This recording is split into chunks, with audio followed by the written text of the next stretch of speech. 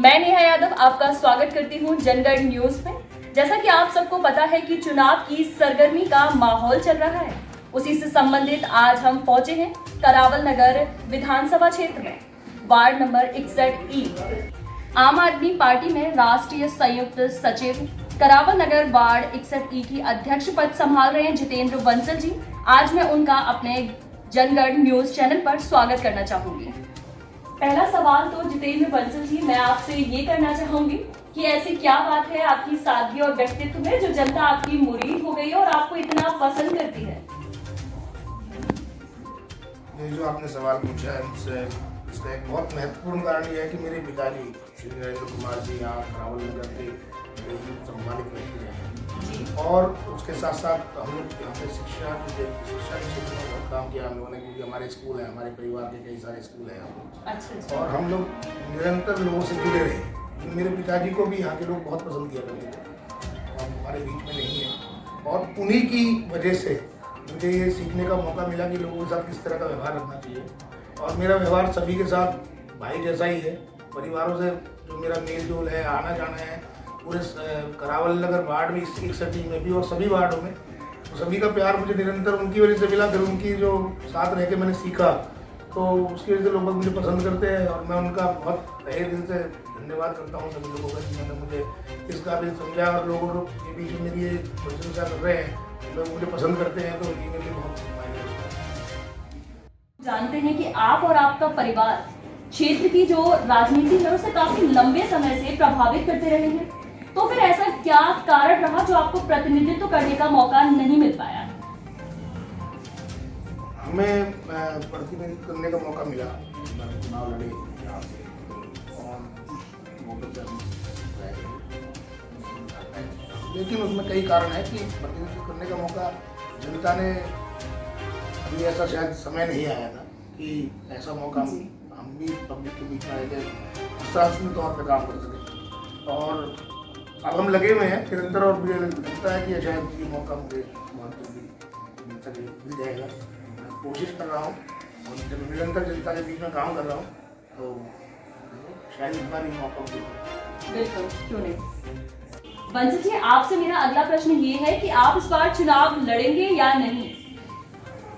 मैं निरंतर पब्लिक में हूँ और पार्टी के लिए निरंतर काम कर रहा हूँ, और अगर पार्टी आम आदमी पार्टी हमारी जो मुझे इस लायक समझेगी, मुझे ये मौका मिलना चाहिए और वो मुझे इस तरह का कोई मौका देते हैं, तो मैं बिल्कुल चुनाव। ठीक है जितेंद्र बंसल जी, अगर हम करावल नगर क्षेत्र की बात करते हैं तो ये नगर पिछले कई अरसे से विकास के लिए तरस रहा है।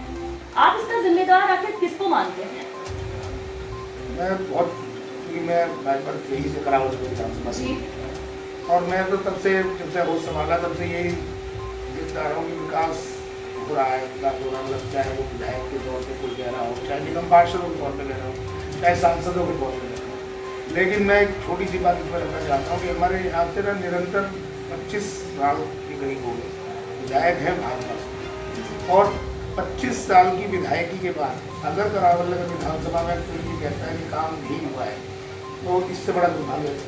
सारी जनता कहती है कोई काम नहीं हुआ। ये अगर सिर्फ सड़क बना देने को और नाली बना देने को काम कहते हैं, तो फिर 25 साल की विधायकी में होता है, क्योंकि इस विधायकी में कम से कम करावल नगर विधानसभा में एक बड़े स्कूल होने चाहिए थे, सेंट्रल स्कूल आना चाहिए था, इसमें हॉस्पिटल खुलना चाहिए। आज भी हमारे करावल नगर विधानसभा का दुर्भाग्य है ये बहुत बड़ा कि हम लोगों को खजूरी रेड लाइट पे घंटों खराब करने पड़ते हैं, तब जाके मुश्किल से पहुंच पाते हैं हॉस्पिटलों में। बहुत सारी बात तो बहुत गलत हादसे यहीं रेड लाइटों पे हो जाते हैं, और विधायक जी अगर ये मानते हैं कि इसको विकास कहते हैं तो शायद उन्हें लगता होगा। अच्छा, माना कि बंसल जी इस क्षेत्र का लंबे समय से जो प्रतिनिधित्व कर रहे हैं वो भाजपा की सरकार है, उनके पास और विधायक है, लेकिन पिछले 7 सालों से तो आम आदमी पार्टी है, तो सरकार अपने स्तर से भी तो कुछ कार्य कर सकती थी। जैसा कि आपको शायद आपके संज्ञान में होगा कि हमारे यहाँ से कपिल मिश्रा जी विधायक थे और इन्हीं कारणों की वजह से उन्होंने पार्टी छोड़ ली और वो यहाँ से चले गए। उस दौरान जब वो काम छोड़ के गए थे, क्योंकि वो अधिकार था हमारे पास कि हमारी पार्टी का विधायक था, तो हमारे भाई दुर्गेश पाठक जो कि राष्ट्रीय नेता है पार्टी के और दिल्ली के प्रभारी भी है, चुनाव प्रभारी, उन्होंने अपने चुनाव से पहले यहाँ पे निरंतर कई 100 करोड़ के काम जो पेंडिंग पड़े थे वो कराए, चाहे कैसे भी हुए कराए। और उसी की देन है कि आज आप जहाँ से भी चल के आए हो, आप यहाँ तक पहुँचे हो तो पहुँच पाए हो, वरना तो रास्ते भी नहीं रहे थे निकलने के लिए। जो वो विकास पुरुष हमारे विधायक जी बोलते हैं मैंने काम किया, तो उसके उनके रहते हो तो वो काम भी नहीं पाए थे। फिर 5 साल जब वो विधायक नहीं थे, तब जो आप सवाल आपने मुझसे पूछा, मैं इसको बीच में काट रहा हूँ, मैं भी पूछना चाहता हूँ कि जब वो 5 साल विधायक नहीं थे तब वो भाजपा के का प्रतिनिधित्व कर रहे थे यहाँ पे, उसके साथ साथ उनका सांसद था, उन्हीं के निगम पार्षद थे, लेकिन उन्होंने एक भी काम नहीं किया। 5 साल अपने घर बैठे रहे। उसी के साथ मैं दूसरी बात कर रहा हूँ, जब दुर्गेश पाठक जी यहाँ चुनाव लड़ने आए, उन्होंने चुनाव लड़ने से पहले ये बोला सब लोगों से कि आप पहले मुझे देख लो, समझ लो, और उन्होंने इतने काम कराए। मैं कहता हूँ कि अगर अगले 5 साल 10 साल भी तो ये ऐसे ही विधायक बैठे रहे जैसे आज बैठे हुए हैं, तो वो इतने काम भी नहीं करा सकते। और जहाँ तक सवाल है अभी के 7 साल में जो मैंने बताया कि वो काम हुए, और हम निरंतर प्रयासरत रहते हैं कि किसी भी तरह से हम कोई काम, जो भी कोई काम हो सकता है पार्टी के लेवल पे या निगम के लेवल पे, हम पब्लिक के लिए कराएं। जैसे कि हॉस्पिटलाइजेशन है, अभी पीछे कोरोना काल में हमने कितने ही लोगों को हेल्प करी, क्योंकि ना तो हमारे पास विधायक था, ना हमारे पास निगम पार्षद था, तो वो किसी तरह की उन्होंने कोई हेल्प भी नहीं करी, किसी भी आम आदमी की कोई सहायता ही नहीं करता। तो वो सारे काम हमने किए। जहाँ पे ऑक्सीजन की जरूरत थी तब हमने ऑक्सीजन की जरूरत पूरी करी है। तो ऐसा नहीं है, हम निरंतर काम कर रहे हैं, और वो किसी न किसी वजह से पार्टी के लेवल पे होता है, हमारे बस की नहीं है उतना काम कराना, तो हम पार्टी के थ्रू ही करा पाते हैं। अगर मान लीजिए कि आप चुनकर आते हैं तो आप कौन सी समस्याओं का समाधान करने को प्राथमिकता देंगे? मैं चुन के आऊँ या पार्टी का कोई भी जो प्रतिनिधित्व करेगा, मैं पूरी तरह हम आश्वस्त हैं कि हम दिल्ली में एमसीडी में सरकार बनाएंगे और हमारे ही प्रत्याशी पूरी दिल्ली में जीत के आएंगे। और अगर हम लोग जीत के आते हैं तो मैं आपको, क्योंकि वादा वाला शब्द हमारे यहाँ नहीं है डिक्शनरी में, हमारे केजरीवाल साहब अक्सर बोलते हैं कि हम गारंटी देते हैं, तो हमारी गारंटी रहेगी कि जो काम निगम पार्षद के होते हुए जो भाजपा शासित निगम पार्षद थे उन्होंने जो नहीं किए हैं वो हम सारे काम करेंगे। जैसे कि आप यकीन नहीं मानेंगे कि हमारा करावल नगर विधानसभा बहुत ही बड़ा है, बहुत लोग यहाँ रहते हैं, और हमारे इसी वार्ड में तकरीबन 70 से 75 हज़ार की आबादी है एज पर रिकॉर्ड। और हमारे यहाँ पे ना आज भी एक ढंग का सा शमशान घाट नहीं है। 25-30 साल की विधायकी करने के बाद और निगम पार्षद रहने के बाद एक ये जो सबसे जरूरी सुविधा थी लोगों के लिए वो मुहैया नहीं करा पाए। हमारे ही गांव के एक सज्जन ने उस जगह को कभी दान में दिया था, जैसे कभी उन्होंने दिया था आज तक वैसे ही पड़ा है। एमसीडी 1 रुपया नहीं लगा पाई उसमें। अब इस बार बता रहे हैं उन्होंने 4-5 बैठने के लिए कुछ डाल दिया है।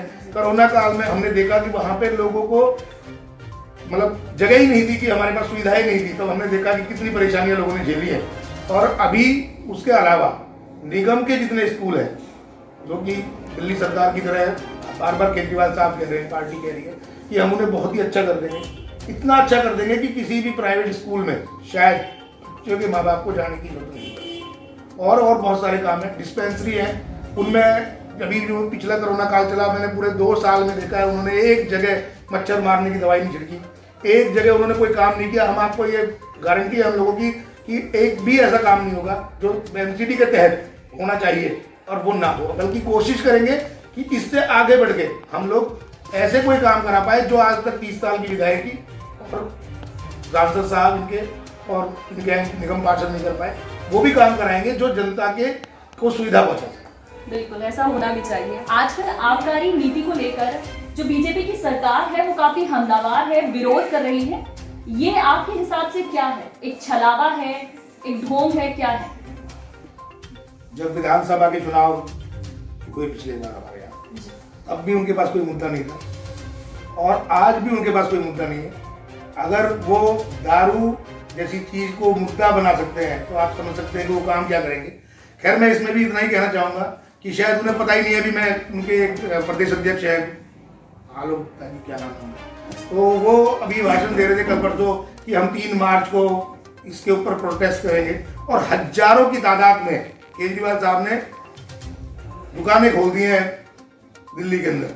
तो जब उनको तो इतनी ही जानकारी नहीं होती कि हजारों की तादाद में, तो वो हजारों की तादाद में कभी थी नहीं।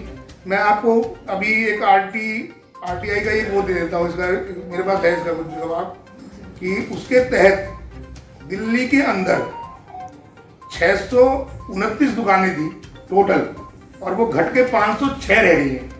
अब वो 629 थी, आज वो घट के 506 रह गई हैं, और सरकारी राजस्व में 3500 करोड़ की वृद्धि होगी जो ये दुकानें खत्म हुई। लेकिन शायद हो सकता है इन लोगों को इसलिए परेशानी हो रही हो कि इन्हीं के लोगों की वो दुकानें रही होंगी, तो शायद वो कमाई बंद हो गई हो, तो अब इस पे भी उन्होंने यही नया प्रोपोगंडा उठा लिया, क्योंकि काम की बात तो वो करते नहीं है।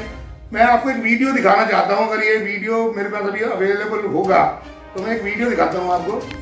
तो मैं अभी एक सेकंड बस,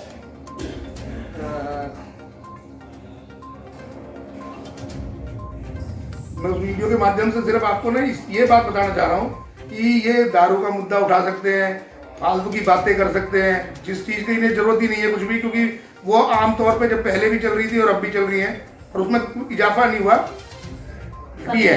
लेकिन मैं ये दिखाना चाहता हूँ कि आप इसे देखो, इससे पूछे कि इन बारों में कोई बात क्यों नहीं करता कि आदमी, मतलब बच्चियां भी स्कूल जाती हैं, बड़े भी लोग निकलते हैं, नाले की सफाई तो ये करा ही नहीं पाए। जो नाले की सफाई से जो मलबा निकला, इतना बुरा हाल है कि लोग बाग उससे निकलते हुए ही बीमार होकर मर जाए आदमी, लेकिन उसका इनके पास कोई वो नहीं है तरीका कि वह कैसे ठीक रहे। फालतू की बातें करने के लिए अच्छी लगती है, लेकिन मैं आपको बता दूं ये सब बेकार की बातें हैं। जनता सब देख रही है और जनता ने अपना मन बना लिया है। एमसीडी में श्री अरविंद केजरीवाल आ रहे हैं और उसे भाजपा शासित एमसीडी कभी भी रोक नहीं पाई। आप अभी सुन रहे थे जितेंद्र बंसल जी को। कौन चुनकर आएगा, ये बात तो समय के गर्त में छुपी हुई है, लेकिन इसी तरह हमारे साथ जुड़े रहिए और जानते रहिए राजनीति के गलियारों की बात। लाइक, सब्सक्राइब करना बिल्कुल ना भूलें और कमेंट करके हमें अपनी राय जरूर बताएं। धन्यवाद।